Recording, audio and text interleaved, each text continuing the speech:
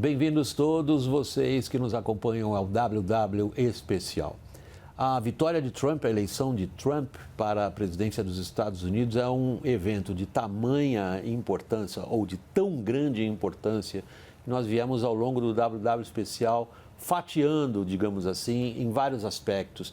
Pegamos os aspectos puramente político-eleitorais dos Estados Unidos, pegamos os aspectos da sociedade americana. Chegou a hora da gente falar das guerras que Trump prometeu cuidar no sentido de, como ele disse na campanha eleitoral, acabar com elas. Trump e as guerras é o tema dessa edição do WW Especial. Como sempre, são 13 os participantes na nossa roda. Eu começo a apresentação deles por Vitélio Brustolin. Já agradeço, Vitélio, a sua disposição de fazer parte do programa. O Vitélio é pesquisador da Universidade de Harvard, é professor de Relações Internacionais da Universidade Federal Fluminense e também especialista em análise de guerra. Está conosco aqui no estúdio na Avenida Paulista, em São Paulo. Muito obrigado. Kai Eno Lehmann. Ele é cientista político, professor associado de Relações Internacionais da Universidade de São Paulo, é um especialista em União Europeia e integração regional. Muito obrigado a você, Sidney Leite, também aqui para a disposição de vir aqui ao estúdio. O Sidney é doutor em História Social pela Universidade de São Paulo e é também professor de Relações Internacionais da Faculdade Rio Branco. Vitélio, é sempre a gente olhar os clássicos nessa hora. Pertence, se eu li corretamente, ao imperador Adriano, século III, né? Século II, depois de Cristo, a frase paz pela força, que é a frase mais repetida por Trump e seus assessores internacionais. Vamos conseguir a paz pela força. Isso é uma frase de efeito ou configura de fato uma proposta de tratamento de crises internacionais como a guerra da Ucrânia ou no Oriente Médio? Olá, William. Olá, colegas. Interessante essa provocação, porque desde a eleição do Trump, William, os assessores dele têm espalhado um plano de fazer uma zona tampão ali onde existem agora tropas russas com exércitos, o britânico, o polonês, o francês e eventualmente algum outro exército europeu naquela região, sem tropas americanas, continuando a fornecer armas para a Ucrânia para que se previna uma nova ofensiva russa e com a condição de que a Ucrânia abdicaria do pedido de ingressar na OTAN por 20 anos, ou seja, jogando esse problema para pós-era Putin. Seria uma espécie de paz por meio da força? Seria, mas sem a força dos Estados Unidos, que não colocariam seus soldados naquela região, apenas continuariam a financiar a guerra, mas financiamento em forma de empréstimo, William, e não em forma de doação. Kai, você consegue entender como Trump pretende agir, particularmente em relação a essas duas guerras quentes? Eu acho que ele vai agir de forma diferenciada de um para o outro. Eu acho que vai ter um grande esforço para acabar com a guerra na Ucrânia em 2025. Ao longo das linhas que acabou de ser dito pelo meu colega, outra coisa que eu ouvi falar é que basicamente Trump vai dizer, por um lado, para os russos, que vocês vão negociar, ou eu vou dar para a Ucrânia o que for preciso para vencer essa guerra. Ele vai dizer para Zelensky, ou vocês vão negociar, ou eu vou encerrar qualquer ajuda militar imediatamente. Então, os dois, Putin e Zelensky, vão estar forçados, basicamente, a negociar.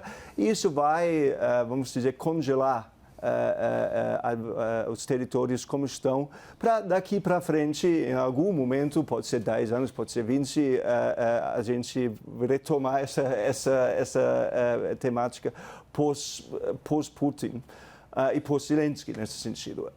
Em relação ao Oriente Médio, Israel, eu acho que a pressão em cima de Netanyahu por parte do governo, ou parte dos governos dele mesmo, de refazer o Oriente Médio, ou seja, de não acabar agora. mas de continuar até tiver uma reconfiguração estratégica da região é muito grande. E eu não vejo, por enquanto, eu posso estar errado, uma vontade por parte de Trump de dizer basta nisso e acabar com isso. Então, eu acho que o tratamento pode ser bem diferente ou distinto nesse sentido. Qual seria, então, se a gente pudesse definir ou tentar resumir o espírito de uma estratégia marcada pelo Trump?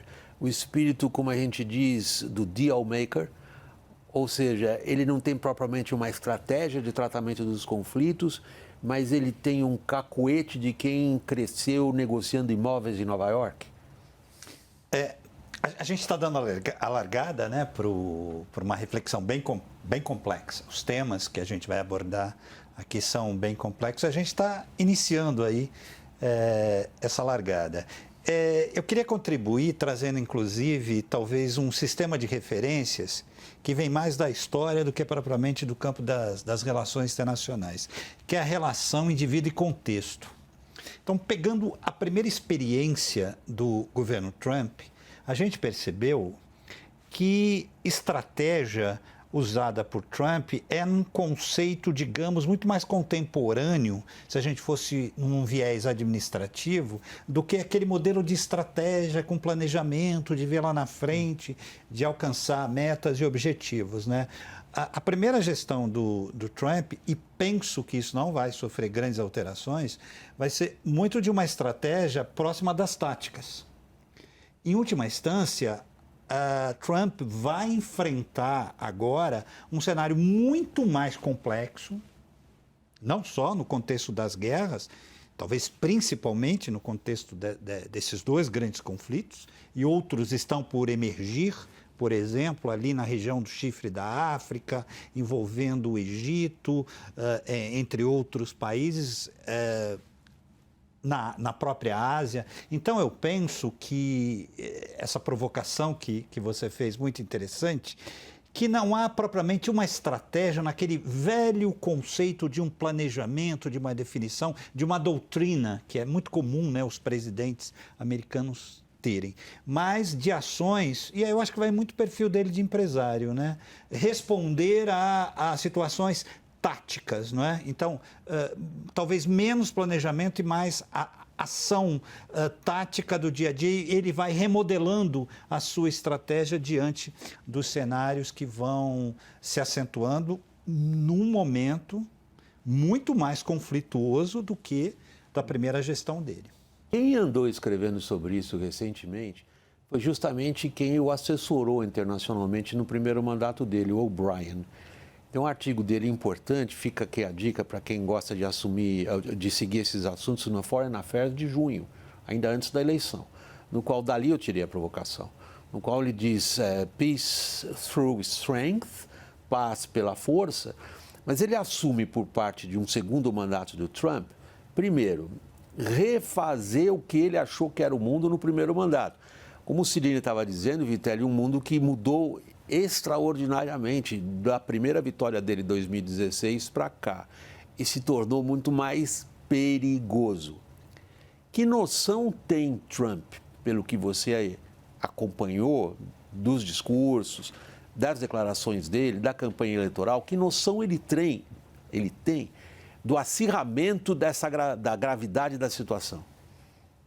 Olha, William, eu vou aproveitar que o William puxou pela história, porque quando o Trump se elegeu na primeira vez, ele se elegeu prometendo que ia retirar os Estados Unidos do Afeganistão. Ele não retirou, ele ouviu o Mike Pompeo, ouviu os secretários dele na época, ele não retirou, apesar de o tempo todo aventar essa possibilidade, e deixou isso para o Biden. O Biden fez uma retirada desastrosa, criticada por todo mundo.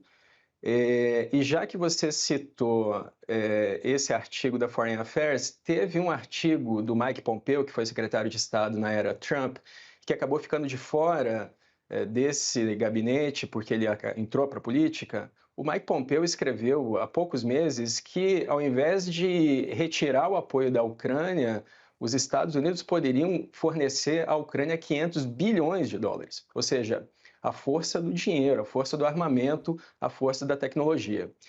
E isso se o Putin não chegar a um acordo com o Zelensky.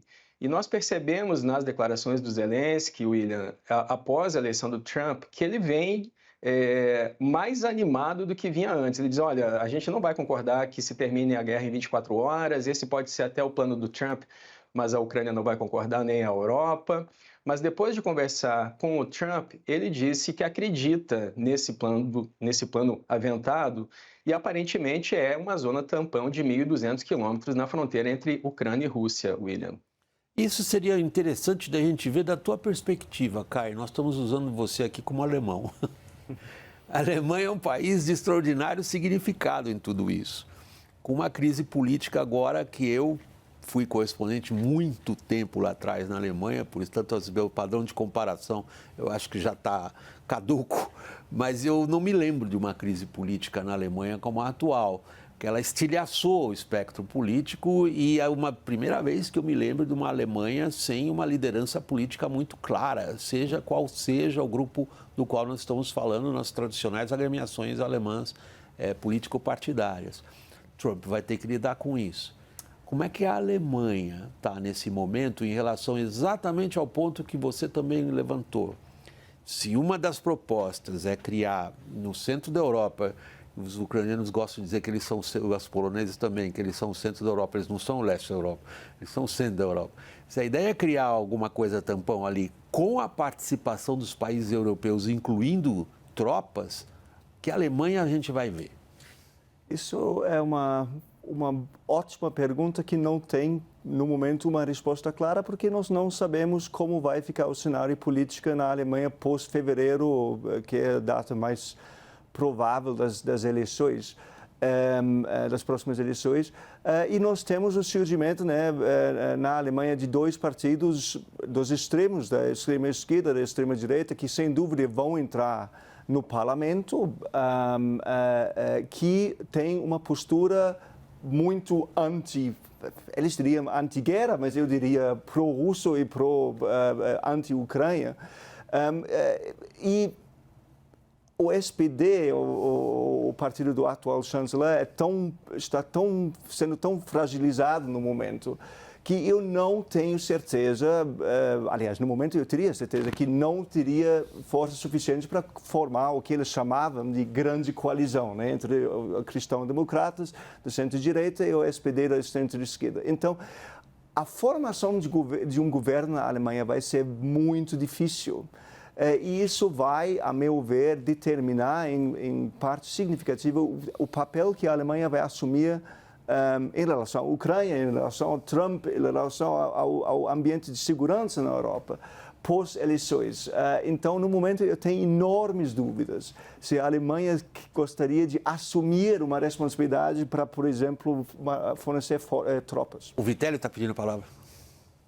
Eu só queria complementar a fala do Kai, porque depois que os Estados Unidos autorizaram o uso dos mísseis ATACMS dentro de território russo, a Alemanha forneceu para a Ucrânia 4.000 drones de ataque, que não estava esperando os Estados Unidos tomassem a decisão para fazer isso.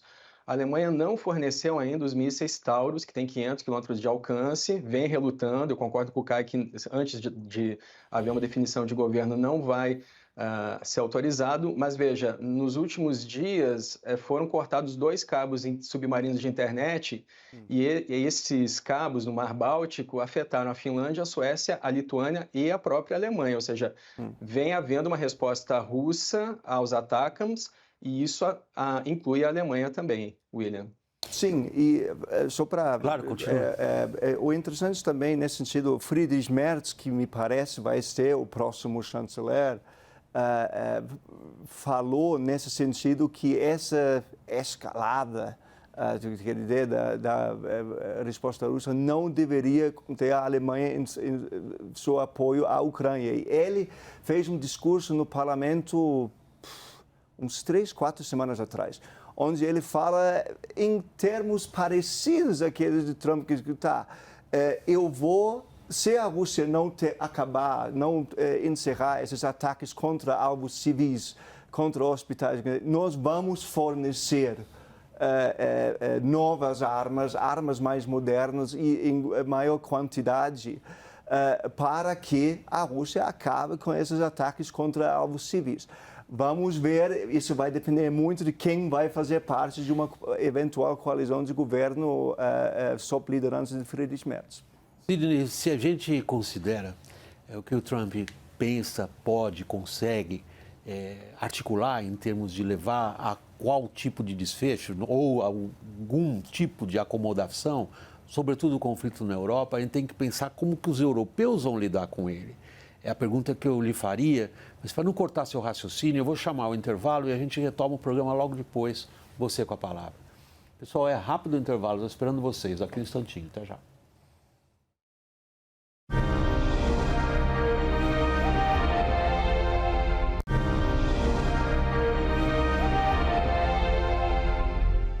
WW Especial, estamos voltando do intervalo, aproveitando para fazer a pergunta, refazer a pergunta a você, Sidney, com uma velha parábola futebolística. Qualquer coisa que o Trump queira fazer em termos dos conflitos que ele enfrenta na Europa, ele combinou com os alemães? Então, retomando, né, aí a filosofia do grande jogador Garrincha, eu retomo o viés da história. Não é? Vamos pensar em termos de longa duração. Retomando ao próprio século XIX, a gente vai ver lá o sistema de poder europeu estruturado em torno da Grã-Bretanha, da França, do Império Húngaro e do Império Austro-Húngaro, que, enfim, tem lá os seus desdobramentos geopolíticos ainda contemporâneos. Né? Acabamos de ver a Alemanha. A Alemanha tem problemas de reconfiguração do poder interno, de reconfiguração política. Pensemos na França. A França tem um presidente, eu não ousaria dizer que é um pato manco, mas o Macron, ele está muito mais, assim, se a gente for pensar numa onda, ele já começa a descrever um descenso de sair do poder num tempo aí, pelo menos de médio prazo. A gente percebe um primeiro-ministro inglês muito voltado para os seus também problemas internos, problemas econômicos, aparece muito pouco, não tem, portanto, uma participação mais clara nesses grandes temas. O que me sugere uma reflexão de que a Europa vive um tanto quanto carente de estadistas capazes de, dentro de um contexto de uma aliança atlântica com o presidente Trump, né, ter um protagonismo maior do que teve até agora. Né? Isso implica em a gente entender que o Trump ele vai ter amplas possibilidades de levar a cabo, enfim, as suas visões, os seus conceitos, fazer negociações diretas, né, como ele gosta, seja com Zelensky, seja com o próprio Putin. Não é?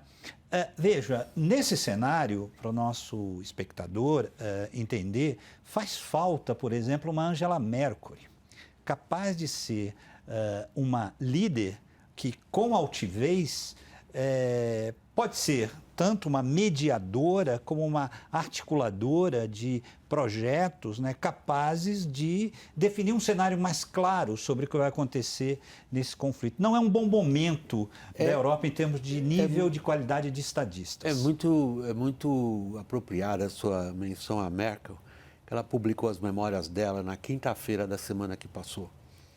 Eu ainda não li as memórias dela, não tive oportunidade. Alguns trechos que foram divulgados na imprensa europeia mostram uma Merkel crítica em relação a como a OTAN, o Pacto Militar Ocidental, lidou com Putin em 2008.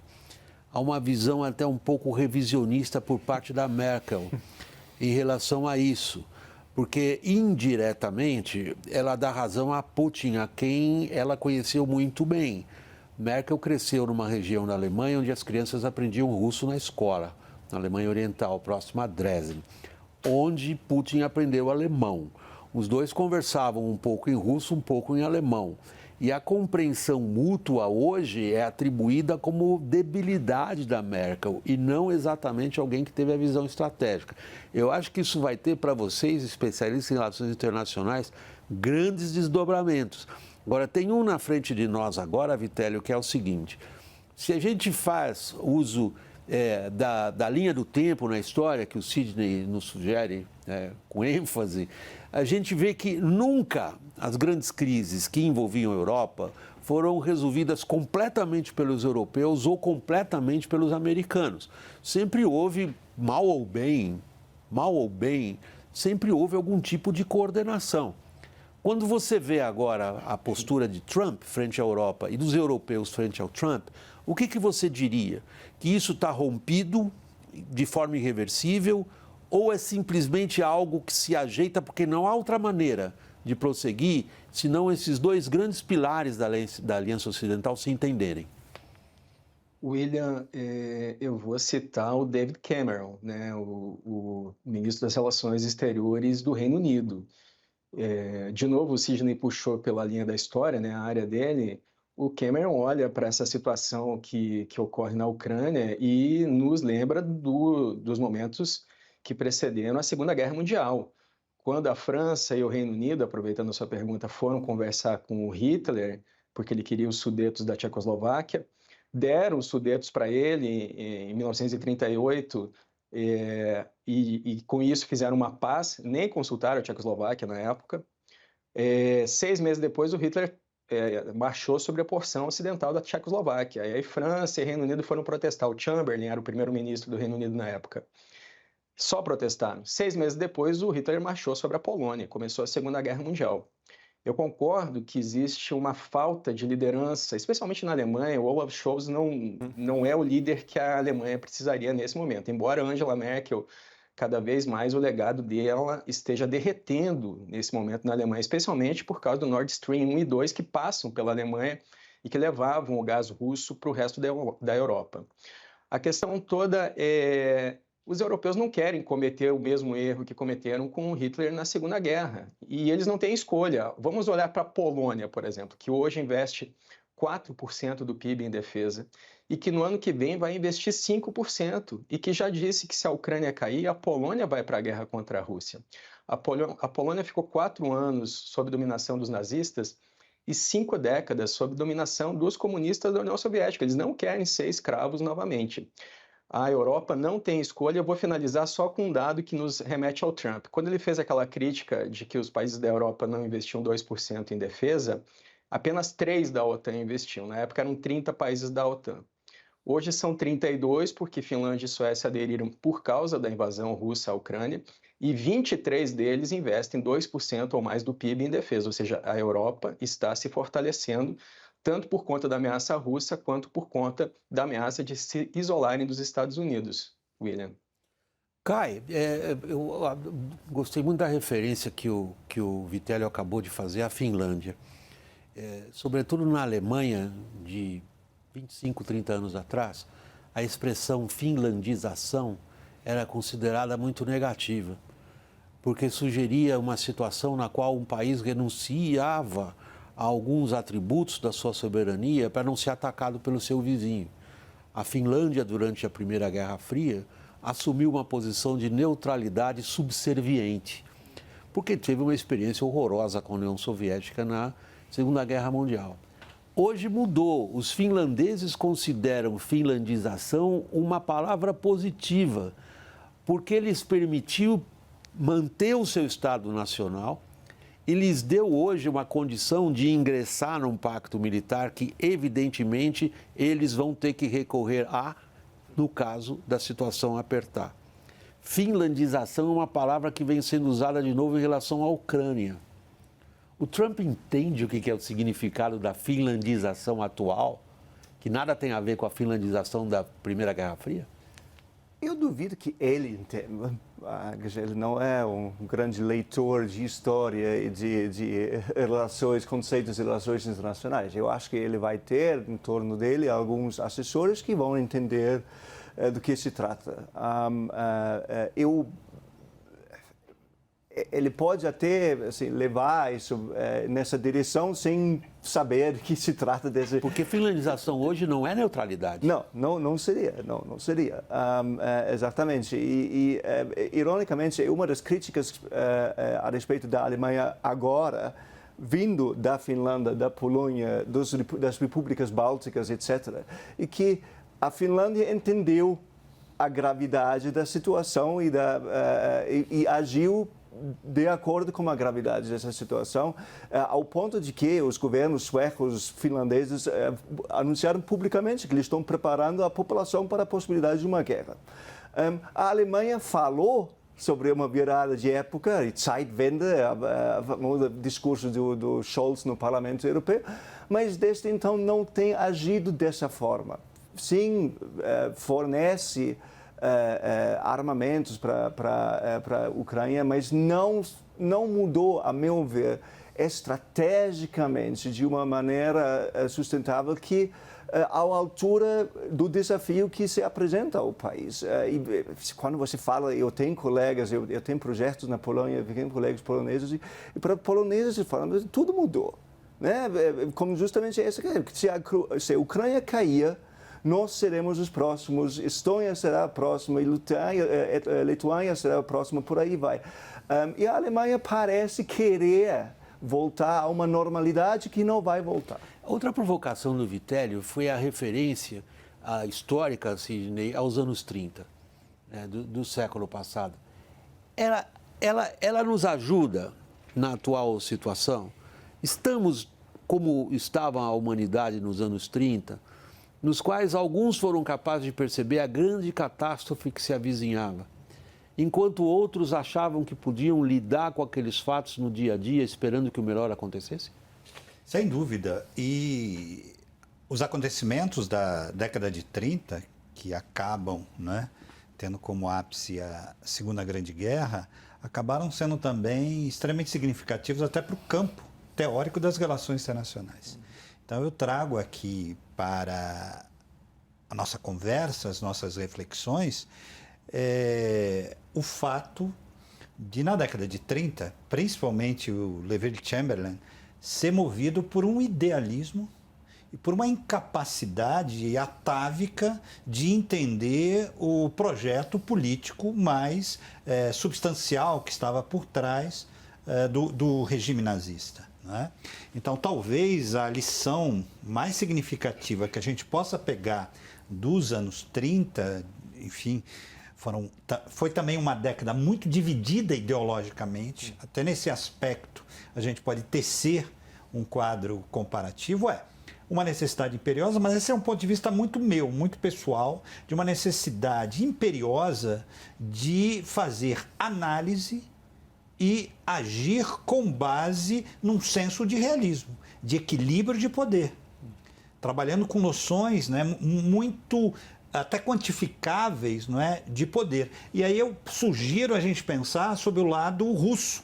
O que significa para a Rússia, como Estado, saindo um pouquinho do homem, entrando no interesse do Estado, deixando Putin um pouco em segundo plano, num exercício aqui de reflexão do que significa, por exemplo, para o sistema de segurança russo, uma Ucrânia, membro da OTAN, uma Ucrânia pertencendo à União Europeia.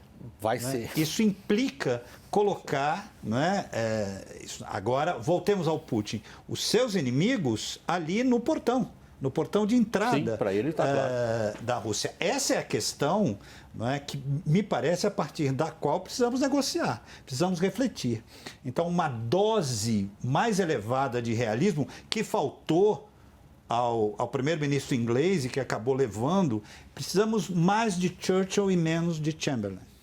Você está se referindo, provavelmente, se eu estou fazendo a leitura correta do que você acabou de dizer, a essa, digamos, aos dividendos da paz, como se chamou aquele período após a queda do Muro de Berlim e após a implosão da União Soviética, no período que acabou sendo caracterizado pelo carimbo fim da história. Ou seja, constata-se que não há outra alternativa para o desenvolvimento da humanidade do que a propagação do liberalismo, do capitalismo e da democracia. Isso a gente tem que voltar para o Kissinger e considerar, não. O que existe é a inevitabilidade da tragédia. Agora, que é uma experiência de quem passou pelos anos 30 como ele. E se a gente pegar os grandes fundadores do realismo nas escolas de estudos de relações internacionais, começa pelo Morgenthau. passa para o Kissinger, e mesmo fazendo uso da Hannah Arendt e mais recentemente do Mearsheimer, que está tão popular no YouTube, realismo de relações internacionais agora é uma cadeira popular no YouTube. A gente percebe exatamente essa ideia. Não vamos ser bobos e achar que as coisas melhorarão. Elas não vão melhorar, elas só vão piorar. Com isso, Vitelli, eu queria passar para o segundo ponto das nossas guerras. Nós passamos 2 segmentos do programa examinando guerra na Europa. É a hora da gente passar agora a nossa atenção para o Oriente Médio. Mas aí eu vou fazer o seguinte, vou chamar o intervalo e a gente volta depois do intervalo. Você retoma o programa, Vitelli. Pessoal, o intervalo é rapidíssimo. Até já.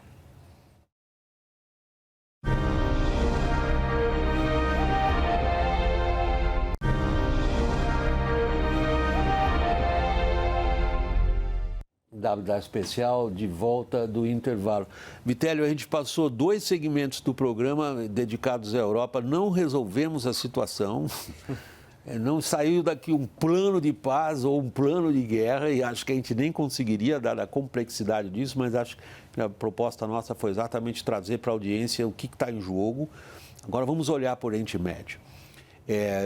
Outra situação que mudou muito desde a primeira passagem do Trump pela Casa Branca. Dá para entender o que ele quer fazer lá? No Oriente Médio, o posicionamento do Trump é consistente, o que é algo complexo para se falar do Donald Trump, porque ele tem fama de ser imprevisível. Durante o primeiro mandato dele, ele reconheceu Jerusalém como capital de Israel, mudou a embaixada dos Estados Unidos para Jerusalém, reconheceu ocupações de Israel nas colinas de Golã, na Cisjordânia. O Trump é amigo do Netanyahu e, acima de tudo, William, o Trump não gosta do Irã. Nós sabemos que desde a Revolução de 1979, o Irã, semana sim, semana não, ameaça destruir os Estados Unidos e tem Israel como inimigo na região, especialmente porque Israel é considerado pelo Irã como uma representação dos Estados Unidos, porque antes da Revolução, o Irã foi um dos primeiros países a reconhecer o Estado de Israel.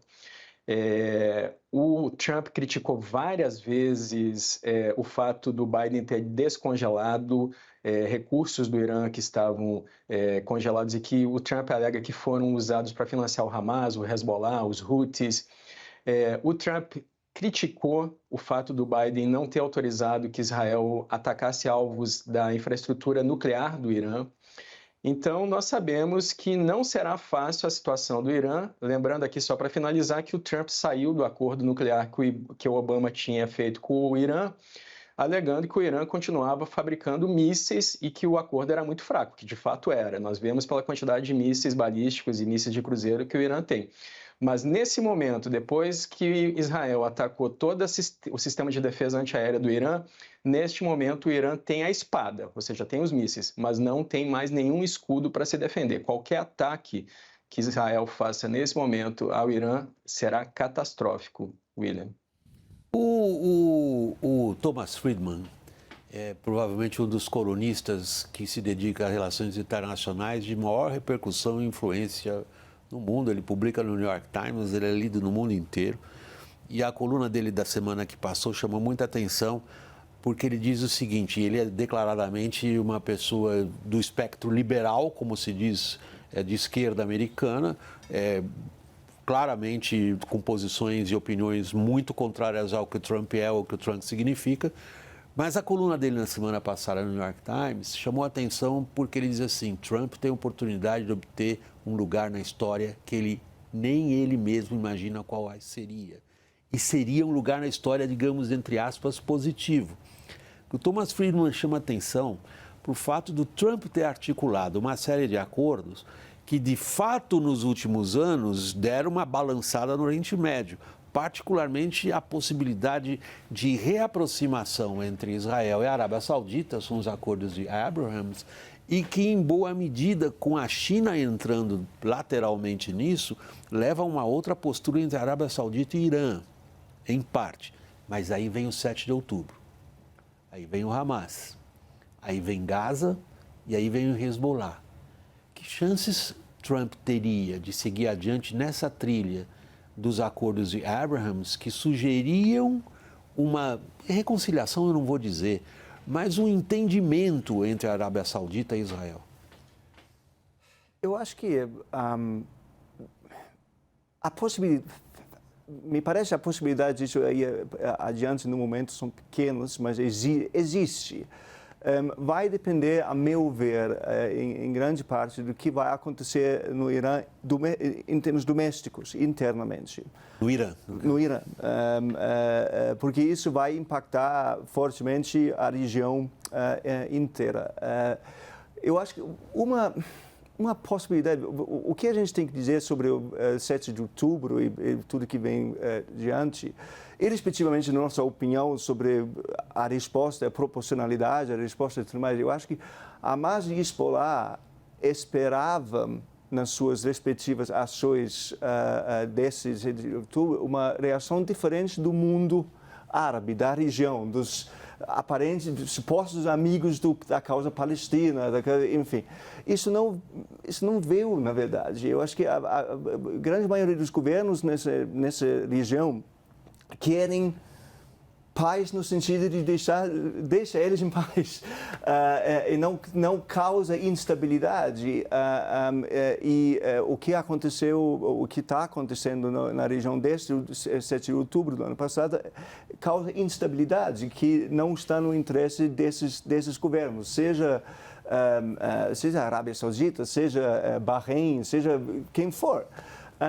Então, nesse sentido, eu acho que ele tem uma chance de fazer algo, algum tipo de resolução, não sei, por mais que seja uma resolução que a Palestina, por exemplo, considera injusta e tudo mais, porque houve um cálculo errado, catastrófico por parte desses dois grupos, que mexeu as cartas na região.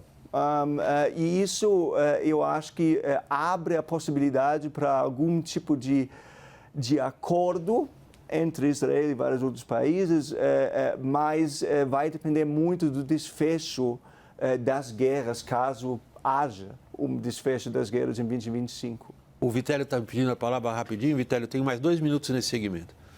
Eu preciso falar que a Arábia Saudita teve conflito com os Houthis do Iêmen, que foram financiados pelo Irã. A Arábia Saudita não gosta do programa nuclear do Irã.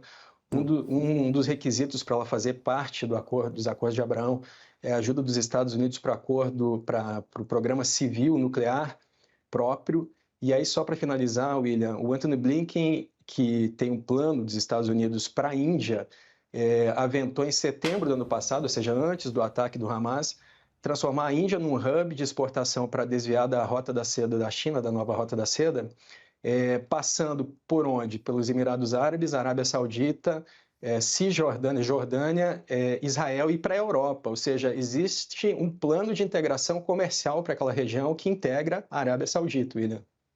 Bom, deixa eu fazer o seguinte, agora o programa é estendido, então aqui o nosso tempo de televisão está acabando, o Vitélio, o Kai e o Sidney, e nós estamos indo para o streaming. Então deixa eu avisar o pessoal que está nos acompanhando pela televisão.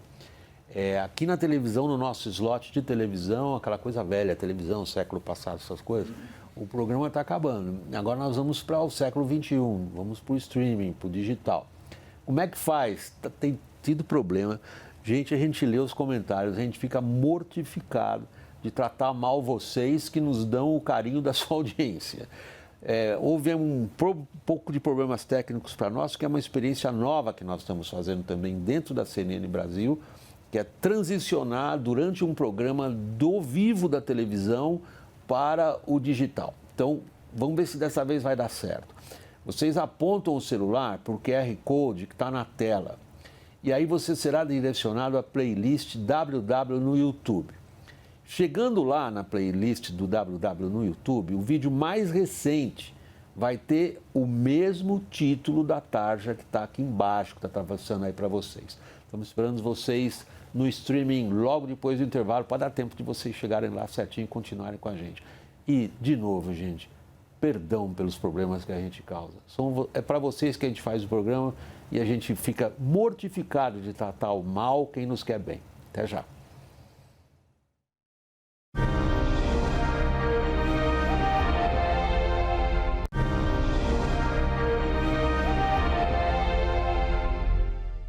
WW Especial, de volta agora aqui no streaming. Sidney, o assunto agora é o Oriente Médio. Como Trump pretende enfrentar algo que tem sido intratável? Talvez uma crise que tem mais de um século de duração. Você percebe como seria isso? Veja, eu penso que a gente pode ampliar um pouquinho a nossa reflexão para a atuação dos últimos presidentes americanos ali na região, não é? Especialmente Bush, Barack Obama, o próprio Trump, Biden e agora o retorno de Trump. O que eu quero dizer é que desde Clinton nós não temos uma ação efetiva que gere consequências e que inclusive aumente a influência dos Estados Unidos na região. Ela vem declinando de uma forma muito clara, muito nítida. Então eu retrocedo pelo menos a Obama em perceber que há políticas erráticas levadas a cabo dos Estados Unidos ali na região e que de alguma forma agravaram situações, como você falou muito bem, de mais de um século, não é? De um verdadeiro caos, de um cenário que sempre a temperatura ali parece mais alta. Se a gente pega a temperatura do sistema internacional e olha para o Oriente Médio, parece que sempre lá a temperatura é um pouco mais alta. E a consequência me parece mais clara é que quando tivemos Clinton, os acordos de Oslo, se a gente for lá atrás, o próprio Carter, o cenário de duas nações e dois estados parecia possível, né? Pelo menos no médio ou no longo prazo. Né? O que a gente percebe que desde o primeiro mandato de Trump e agora esse que vai iniciar, lembremos que o Trump teve uma proposta de paz para a região que implicava em cessão de 30% do território da Cisjordânia, né? A venda, parece que o governo Trump gosta dessa história de compensação monetária, né? De parte até maior da soberania ali na região. Quando se transfere a capital de Tel Aviv para Jerusalém e o Trump manda o seu embaixador e reconhece isso, isso tem uma implicação histórica profunda. Significa que os Estados Unidos não reconhecem a soberania palestina em pelo menos parte de Jerusalém. Não é? Na verdade, ele entende que Jerusalém é parte do território de Israel. O que eu quero dizer é que o projeto de dois estados, duas nações, com um referencial anterior à guerra de 1967, ele está, não é, se derretendo. Né? Então, parece-me que, historicamente, o Trump, nesse segundo mandato, vai ser muito lembrado no futuro, né? Como aquele presidente dos Estados Unidos que, de alguma forma, atuou, não é, com as suas decisões para desenvolver ainda mais a ideia de um único Estado, né? De não existir um Estado palestino, soberano, independente, seja em Gaza ou na Cisjordânia. Parece muito distante essa realidade para mim. Nesse caso, o Trump bloquearia o que o filho dele negociou, os acordos de Abraham, porque nesses acordos a Arábia Saudita evidentemente fincou o pé na existência de um Estado palestino. E pelos acordos, a capital desse, digamos, hipotético Estado palestino seria os arredores de Jerusalém, onde já é, né? Ramallah, mas não Jerusalém, cujo Estado, de acordo com tudo que foi decidido depois da Guerra dos 6 Dias em 67, teria que ser decidido mais tarde, qual seria o status de Jerusalém. Isso nos leva, Vitélio, para o seguinte ponto: em que medida Trump se deixa arrastar pela situação doméstica israelense? Ela se caracteriza hoje claramente pelo empenho do atual governo em ter do rio ao mar apenas Israel. Olha, eu vou me basear no primeiro mandato do Trump, porque no final do governo Obama, pela primeira vez em décadas, os Estados Unidos se abstiveram em uma resolução na ONU que condenava as ocupações israelenses na Cisjordânia na época eram 540 e poucas casas que estavam sendo construídas. Os Estados Unidos se abstiveram, a resolução passou contra Israel. Então, Israel esperou o Trump tomar posse e o Trump não fez nada. Ou seja, ele realmente favoreceu a questão das ocupações, isso é verdade. Eu não posso deixar de mencionar aqui o papel danoso que as organizações internacionais, especialmente a ONU, têm tido nessa questão entre Israel e a Palestina, porque é importante destacar isso. Lá em 1948, aquela resolução da ONU que foi presidida pelo Oswaldo Aranha, ela dizia que Jerusalém ficaria sob tutela internacional, ou seja, Jerusalém não seria de nenhum lado nem de outro. Isso nunca aconteceu, nunca aconteceu. Quando o Reino Unido se retirou da região e no dia seguinte Israel declarou a fundação do seu Estado e começou a Primeira Guerra Árabe-Israelense, a ONU deu de ombros, nada aconteceu e nada continua acontecendo. As resoluções não têm enforcement.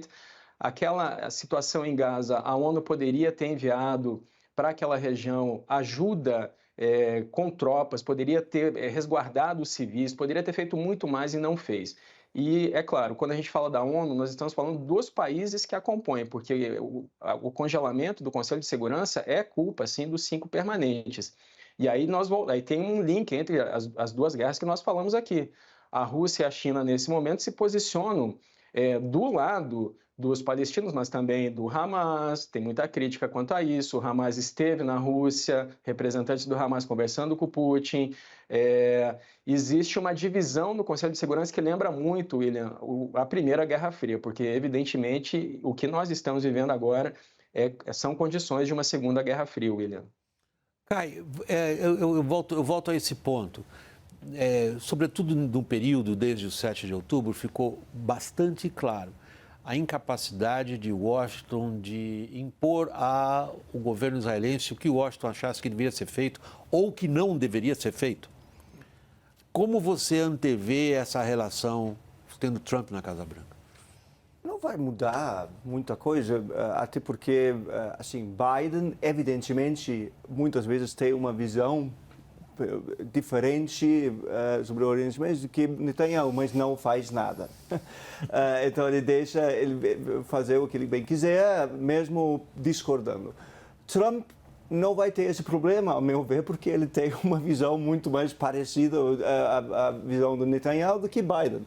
Então, nada vai acontecer nesse sentido. Então, eu não espero, eu não vejo um cenário em que os Estados Unidos vão impor a Israel algum tipo de restrição em termos de ação sob uma presidência Trump, durante uma segunda presidência de Donald Trump. É possível que a comunidade internacional mais ampla aumente a pressão, mas quanta influência tem essa comunidade, o resto da comunidade nesse sentido? Até porque, como foi colocado aqui corretamente, quando a China e a Rússia se posicionam de uma forma diferente, mas você vê o que a Rússia está fazendo na Ucrânia, o fato que Hamas e Hezbollah têm contatos com o governo russo, e que credibilidade fica para essa posição, essa postura diferente. Então, é obviamente péssima para a população na Cisjordânia, a população na faixa de Gaza, no Líbano, etc.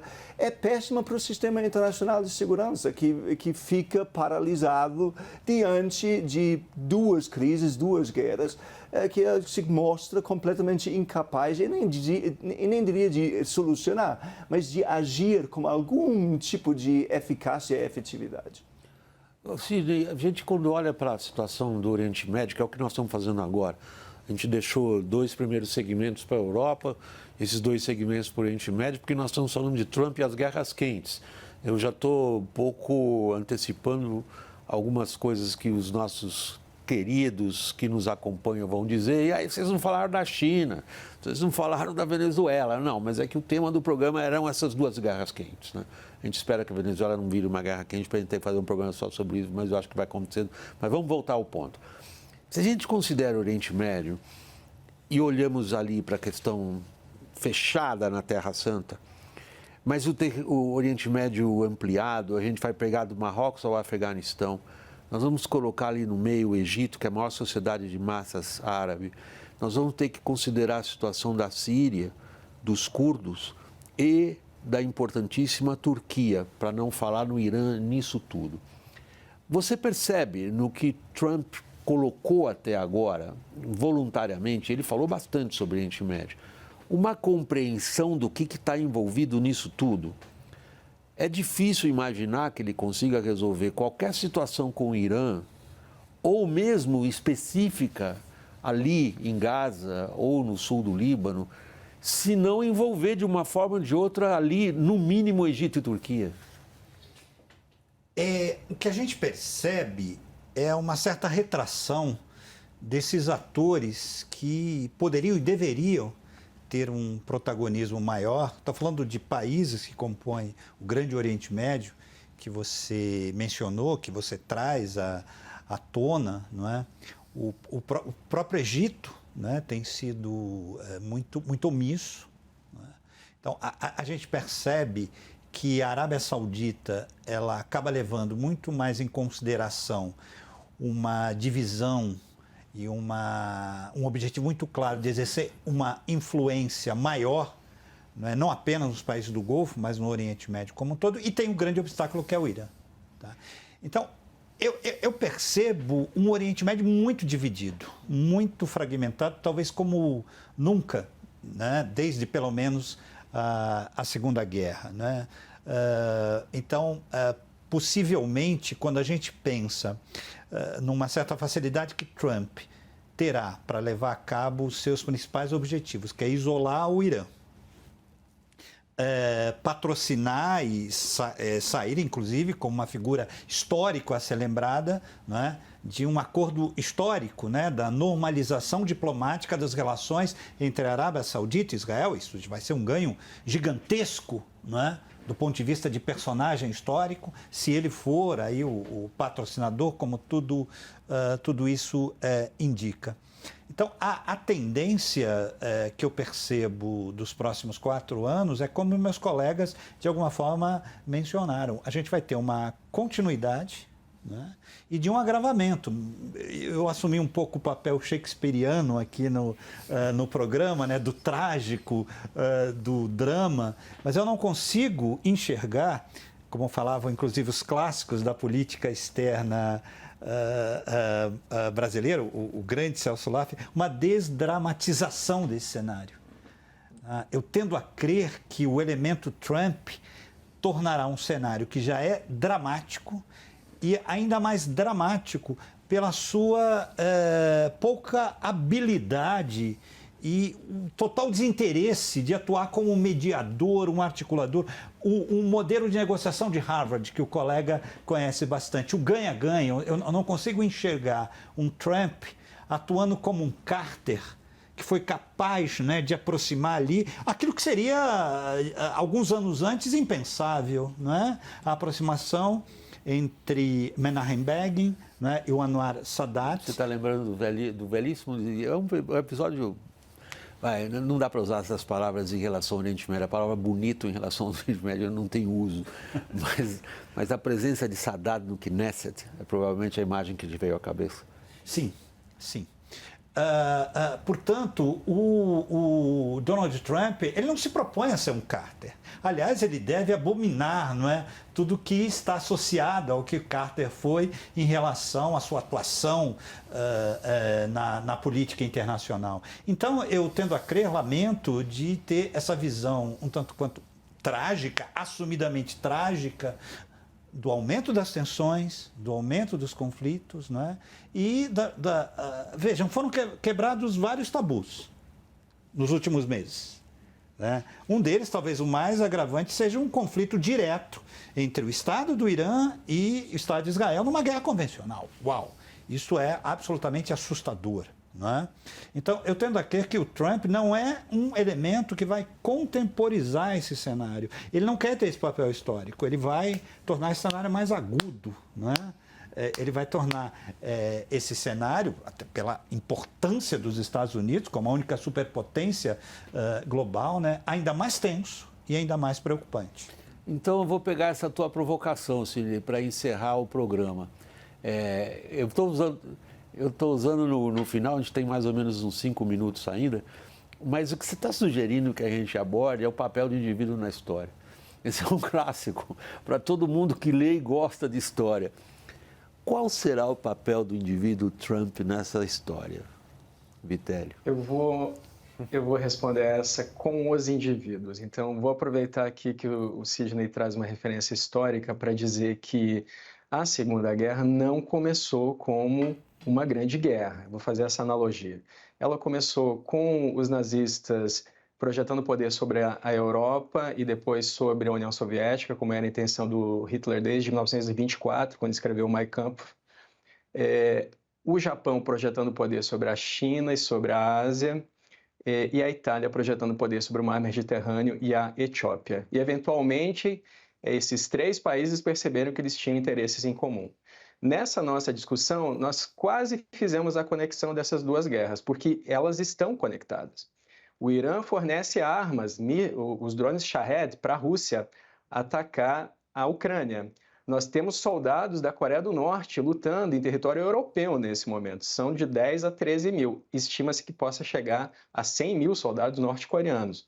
Nós temos uma ponta de lança na América do Sul, que é a Venezuela, que é vizinha do Brasil, tem 2.200 quilômetros de fronteira com o Brasil. Nós temos uma China como parceiro sênior, vendendo equipamento de uso dual para a Rússia, fomentando, portanto, dando potência para a economia russa. E nós temos conflitos diferentes que parecem estar isolados, mas não estão. A Síria é a maior base da Rússia no Oriente Médio. Israel é parceiro dos Estados Unidos, assim como a Arábia Saudita e o próprio Egito. Esses conflitos estão conectados, eles já estão conectados. E aí, só para finalizar, eu quero fazer uma referência a uma fala do Sidney, quando ele diz que nós temos que pensar no interesse russo, porque se a preocupação do Putin fosse que a OTAN teria a maior fronteira com a Ucrânia e a Rússia, depois da invasão russa à Ucrânia, a fronteira da OTAN aumentou em 1.340 quilômetros, que é a fronteira seca da Finlândia com a Rússia. E também 92% do Mar Báltico passou a ser controlado pela OTAN. Ou seja, se a guerra é um fenômeno político, conforme ensina Clausewitz, que não foi citado ainda na nossa conversa, e a política seria afastar a OTAN da Rússia, conforme afirma o Putin, quando na verdade parecia ser apenas uma guerra de anexação, ele queria anexar a Ucrânia. Então, nesse caso, essa é uma derrota política para o Putin, porque a fronteira da OTAN dobrou em relação ao que era antes da guerra, William. O Vitélio está respondendo de maneira irônica a provocação, o papel do indivíduo na história. Eles acabam conseguindo aquilo que não queriam, a lei das consequências não intencionais. Caio, você encerra o programa com a sua avaliação. Qual será o papel desse indivíduo Trump na história?